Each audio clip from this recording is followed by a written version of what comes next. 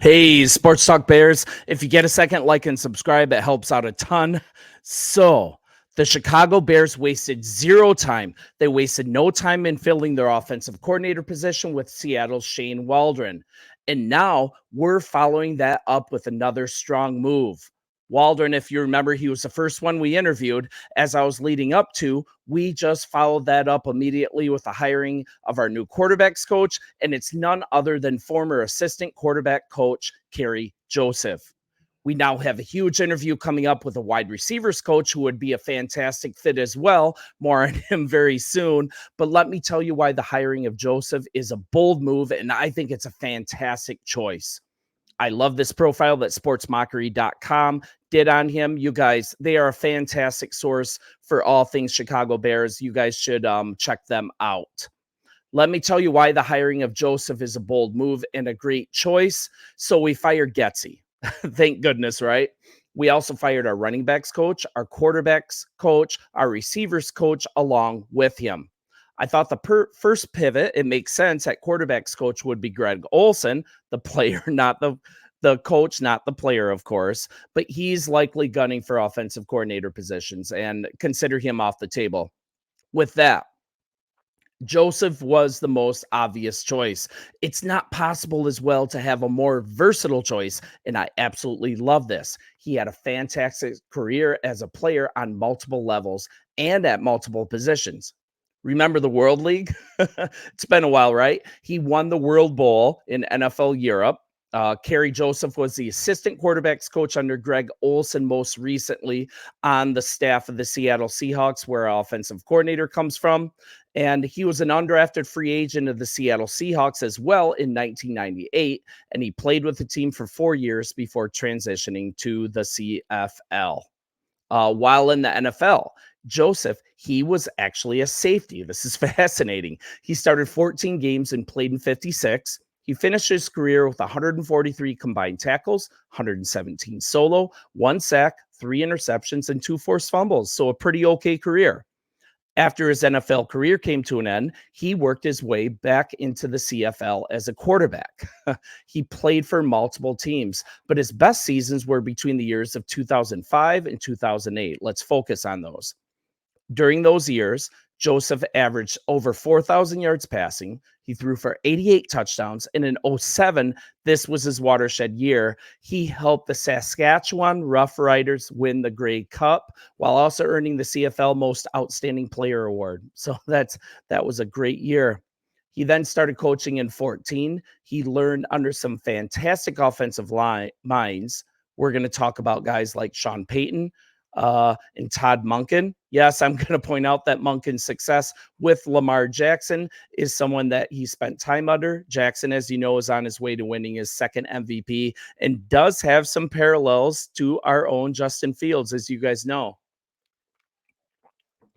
Kerry Joseph, at first when he started coaching, though, he went back to his alma mater, McNeese State. He was their co-offensive coordinator. He spent 1 season as a passing game coordinator and running backs coach for Southeastern Louisiana State before cracking into the NFL as a coach with the only team he played for, as we've already talked about, the Seattle Seahawks. But I wanted to give you a little more of a robust coaching history. After all this experience, as you know, he came onto the Seattle staff, and the next year, Waldron, he joined the staff and promoted him to assistant wide receivers coach. During his time with the Seahawks, though, Kerry Joseph, he spent time as an offensive assistant, running backs coach, assistant wide receivers coach, and for the last 2 seasons, as I said, he was the assistant quarterbacks coach.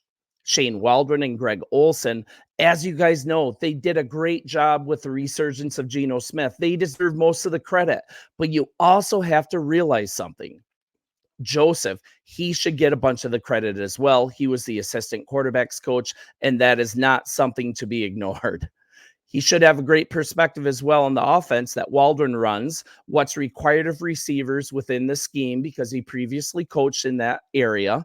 And with his promotion to assistant quarterback coach, he has worked closely with Waldron, and it should mesh perfectly. It should mesh perfectly of scheme, language that they use, everything.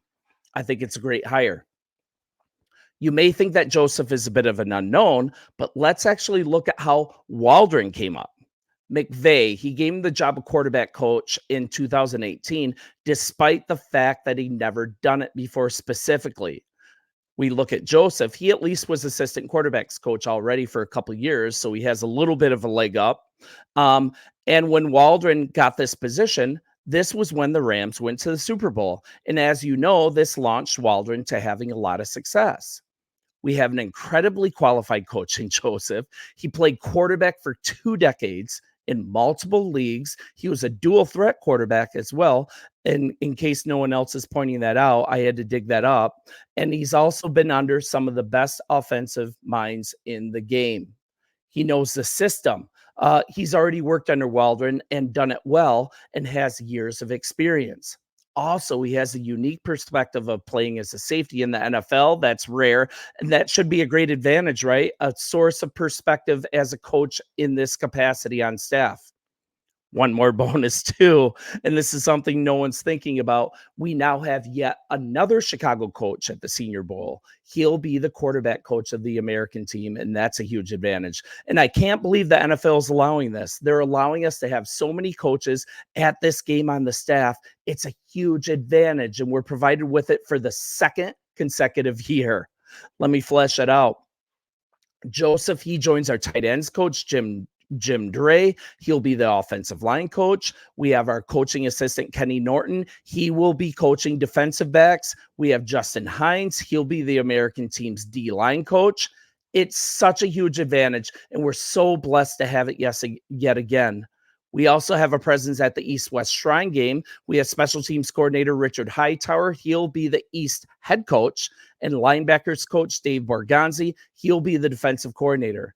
It feels like we're cheating here. It's such a big advantage. You guys let me know what you think. I think this is a fantastic hire. I'm looking forward to these Senior Bowl games. I'm looking forward to this Shrine game. We have coaches on the staff in a huge presence as well. I think it's a big advantage to have Joseph on staff. He's not a huge name, but he's someone that is ready to coach within the scheme. He's ready to coach with Coach Waldron as our offensive coordinator. I absolutely love the perspective he has being a defensive player at the highest level. That's in the NFL, actually defending receivers, and then also having time on the same staff, in the same scheme, primarily coaching wide receivers. What a diverse skill set as a player. What a diverse skill set as a coach. And I can't wait to see how Coach Waldron fills out the rest of the staff. It looks like we can trust him. I believe that we can trust our GM. We're going to get tons of advanced scouting on these players at the Senior Bowl and the East-West Shrine game. It is just shaping up to fit together perfectly. And let's be patient, and let's be kind, and let's be patient. And I am so excited. You guys let me know what you think. Bear down, and we'll talk soon.